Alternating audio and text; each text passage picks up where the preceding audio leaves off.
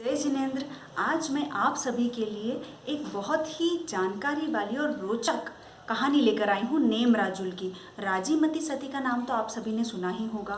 तो यदुवंश के महाराजा उग्रसेन की कन्या थी राजीमती, जिनकी सगाई हुई थी 22वें तीर्थंकर जो होने वाले थे अरिष्टनेमी जी से। वैसे तो अरिष्टनेमी जी जन्म से ही इन भोगों से दूर थे, लेकिन अपने बड़े भाई श्री कृष्ण महाराजा के आग्रह से वो सगाई करने को तैयार हुए।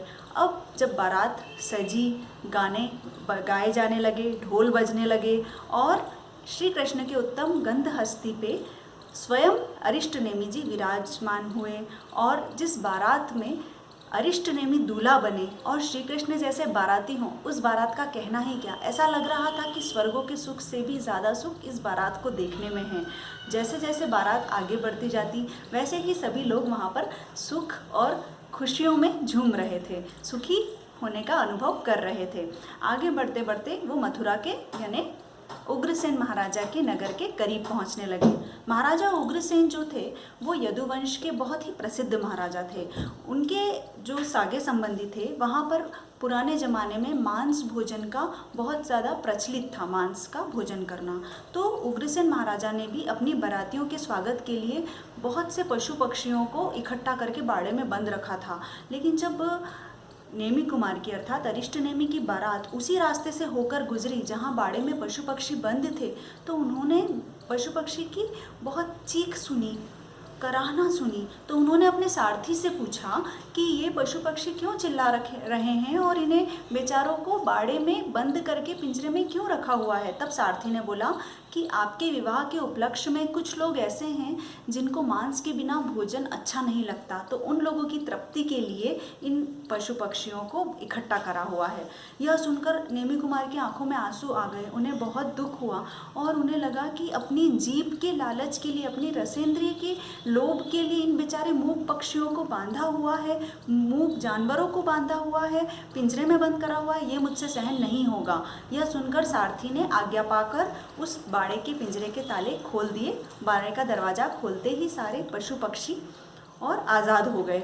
उसके बाद भी नेमी कुमार संतुष्ट नहीं हुए। उन्हें लगा कि मुझे कोई ऐसा कदम उठाना चाहिए जिससे लोगों पर अच्छा प्रभाव पड़े। अगर मैं विवाह करने से इनकार कर दूँ तो। यह सोचते ही वहीं से बारात वो पलटाने लगे और ऊपर से राजीमती यह सब दृश्य देख रही थी। वे बेहोश होकर गिर पड़ी। सभी जगह खलबली मच गई। नेमी कुमार के पिताजी और कृष्ण महाराजा और राजीमती के पिताजी उग्रसेन महाराजा सभी लोग दुखी हो गए कि ये रंग में भंग कैसे हो गया। सभी लोग समझाने लगे नेमी कुमार को। नेमी कुमार वापस अपने महल पहुंच गए। वो भोगों से विरक्त तो थे ही, उन्हें एक और निमित्त मिल गया दीक्षा लेने का। लेकिन सभी उनके पीछे लगे रहे कि तुम्हें अब विवाह करना है, विवाह करना है, लेकिन उन्होंने मना कर दिया। और राजीमती की हालत सबसे भिन्न थी, वह गंभीर थी। अपने फ्यूचर पे, अपने आगे मुझे क्या करना है, अपने भविष्य के बारे में चिंतन कर रही थी। वो सोच रही थी नेमी कुमार को मैंने अपना पति तो मान ही लिया है और दूसरे इस दुनिया के सारे पुरुष मेरे भाई और पिता समान हैं, मुझे विवाह नहीं करना है, मुझे भी नेमी कुमार के रास्ते पर ही चलना है। यह सोचकर उनने भी मन में ठान ली। सभी सखियाँ, माता जी समझाने लगी, लेकिन वह निरर्थक रही। इधर नेमी कुमार के जो छोटे भाई रथनेमी थे, उन्होंने सोचा कि राजीमती गुणवती कन्या है, नेमी कुमार विवाह नहीं कर रहे हैं तो मैं कर लेता हूँ। यह सोचकर उन्होंने दूती भेजी और दूती ने जब राजीमती से कहा कि रत्नेमी आपसे विवाह करना चाहते हैं, तो राजीमती ने दूती को कहा कि उन्हें ही भेज दो और साथ में कोई पीने की वस्तु भी भेज दो। जब खुद रत्नेमी स्वयं राजीमती के पास पहुँचे और साथ में सोने की थाल में रत्नजड़ित कटोरा लेकर सुगंधित द्रव्य पदार्थ लेकर पहुँचे, तब राजीमती ने पहले से ही एक ऐसी वस्तु खा ली थी जिससे वमन हो जाए। और जब वह सुगंधित वस्तु पी और उल्टी करके फिर रत्नेमी को कहा लीजिए अब आप भी इसे पी लीजिए। रत्नेमी को बड़ा क्रोध आया। रत्नेमी ने कहा ये क्या तरीका है अपने घर बुला के मुझे तिरस्कृत करने का। तब राजीमती ने कहा मैं तो आपके प्रेम की परीक्षा करना चाहती हूँ। यदि आप एक वमन की हुई वस्तु को ग्रहण कर सकते हैं और दूसरे वमन की हुई वस्तु से घृणा कर रहे हैं, तो ये आपका क्या विवेक है। रत्नेमी को अपनी भूल समझ में आ गई और फिर वह संयम में स्थिर हो गए और नेमी कुमार के साथ उन्होंने दीक्षा ले ली। राजीमती ने संयम से पतित होने से बचाया रत्नेमी को, अपने शील की रक्षा की और 1 साल बाद जब भगवान को केवल ज्ञान, भगवान ने दीक्षा ली, उसके बाद भगवान ने कठोर तपस्या करके केवल ज्ञान की प्राप्ति की।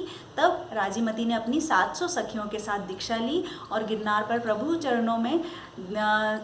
चरणों में दीक्षित होकर प्रभु के दर्शन करके अरिष्ट नेमि भगवान से 54 डेज पहले मोक्ष में पधारी।